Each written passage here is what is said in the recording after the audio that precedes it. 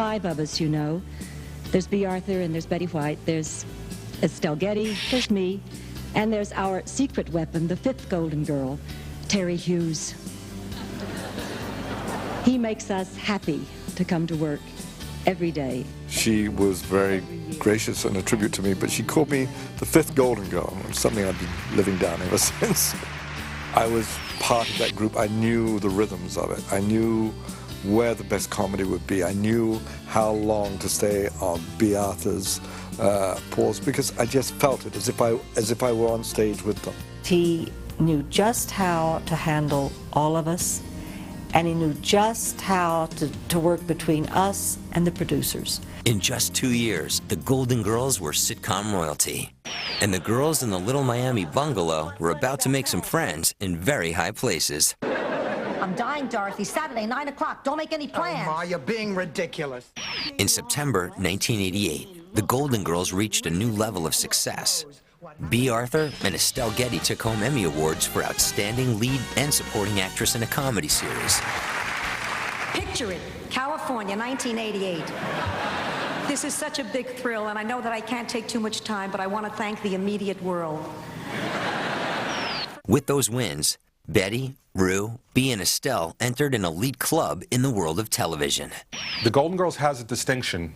It shares this distinction with All in the Family. These are the only 2 shows historically where each of the principal actors in the series won Emmy Awards. The Golden Girls enjoyed high ratings and professional accolades, but the ladies never took their work for granted. I would just say it was professionalism. We read 10 o'clock on a Monday. They were all there at 9:30, and they were all having their bagel, and they would be talking to all of us, you know, what did you do over the weekend? At 10 o'clock, and I mean 10 o'clock sharp, scripts opened up, and we read them. If the line didn't seem to be right coming out of my mouth or out of Betty's or out of B would always say, there's something wrong here. I don't know what it is, but there's something wrong. And Betty and I would both say something like, you know, I think this line would be better for Estelle. I remember we would say, look, I don't think I would say this to you, and Rue would say, no, I think Betty should do it, or whatever. And we would talk to the writers and discuss why we felt it wasn't working. But I think those ladies established right from the start, this is going to be a professional show, it's going to be run that way, and we respected that. There were times when people got tired. There were times when we had scripts that we were having a real problem with. But they had all been there before.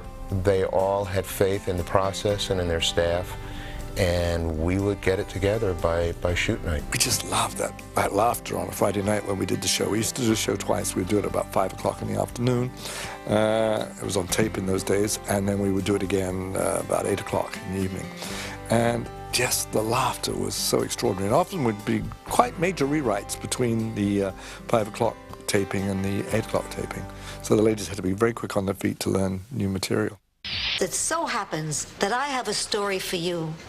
The sex story to end all sex stories. Some of those stories would go on for 2 pages, and that's long, and she had to remember. No, wait. I'm thinking of the best meal I ever had. What makes the show really good were the moments where it was off story, and that took place in the kitchen. And you know, they were, at the time they were called the cheesecake scenes. And a lot of times it would, that scene would start with what the show was about, but immediately it would veer off into something else. It's a rhythm thing. If you throw in a couple of extra syllables, the joke doesn't work. It's just 2 little words, but they are the hottest 2 little words in all the whole world for me to say. Not tonight.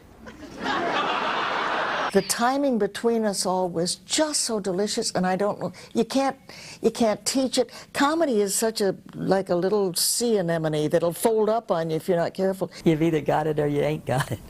That's just the way it is. I think there are a great many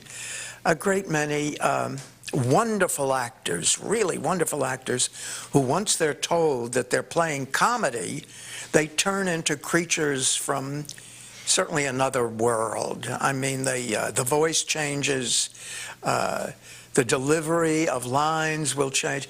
It seems to me a lack of honesty. Well, I'm not playing Dorothy, although playing a sap on stilts would be a cakewalk. No offense, pussycat. I thought that that's the way a TV show ran. That, you know, you came, you did your best, everybody showed up on time, there were no fights. And, you know, later in my career I found out that that was not the case. So, you know, we were really spoiled having worked on that show.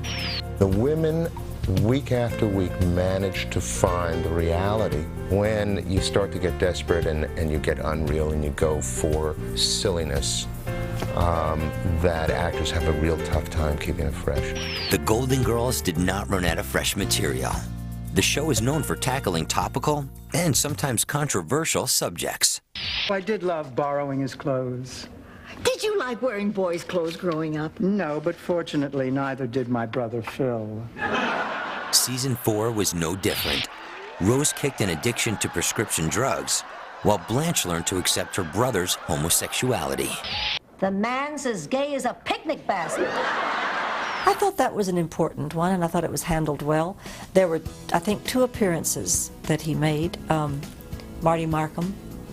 He, first I find out that he's homosexual in the first one. And in the second one, he brings his significant other to visit us and announces that they're going to be married in some kind of a ceremony that they've got together.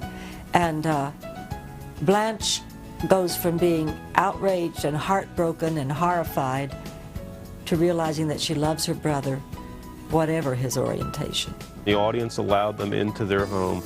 We were allowed to say anything, touch any subject, do anything. You cradle-snatching, empty-headed, two-faced dummy. And then at other times she can be a real bitch. We never liked to preach, but we never minded making a point. So when you're doing comedy, you want to do it in such a way that people are laughing, and you pull back a little bit when you want to make your point just so they listen, but you don't want to hit them over the head with it. Clayton is a hobo? NBC gave the producers the freedom to push the envelope. Oh, we better put out the welcome mat. We don't have a welcome mat. What about the one Dorothy says is at the foot of your bed? When I was doing Maude, where every third day of rehearsal, we would have to read the entire script to the network censor. I remember once I was supposed to say son of a bitch, and they wouldn't let me say it. I ended up saying son of a witch. But by the time Golden Girls came around, we no longer had people breathing down our necks. That kind of creative freedom paid off in surprising ways. The show is not only popular in the U.S., it was also a favorite of England's own Golden Girl, the Queen Mother. In November of 1988, the ladies were invited to perform for a royal audience. It became a cult show over there. And a friend of mine from the BBC, who I used to work with, said, look, we're doing this royal variety performance in front of the Queen Mother, which is a big variety show they do at the London Palladium, and full of British acts, and would the 4 ladies be interested in coming over and appearing on it, because we think they would be very popular here. And I talked to them and they were, really? And when we got to England, it was really pretty strange because we got off the plane. It was like the Beatles had arrived, you know? These 4 elderly ladies, you know? I mean, they were screaming for us, screaming for us. It was wonderful. I had no idea that these women in their 60s would be mobbed by kids and autograph seekers, and it really was a huge amount of fun. The Ladies of Miami took the stage in the London Palladium on November 21st, 1988. Ladies and gentlemen, the Golden Girls. I'll get the cheesecake. I'll get the ice cream. I'll grab the pepperoni. I'm shocked. And I remember they came out, and the very first joke was something, of course, about, you know, an orgy or something like that. And there was complete silence for a second. And you could almost feel and hear the eyes go up to the box where the Queen Mum was. And she kind of put her handkerchief to her mouth and giggled a little. And then there was a roar. And then it was like you were allowed to laugh at this. And they killed that night. Go by Buckingham Palace and see the changing of the guard. I've already seen the guards change, which reminds me one of them left his boots in my hotel room. It was a big thrill for me that we got invited to come to London in 1988. We played for Princess Margaret and the Queen Mother and other members of the royal family. It was a huge thrill. We got a week in London. But the thrill of working on the Golden Girls was fading fast for the writers. We were there writing or overseeing 102 episodes.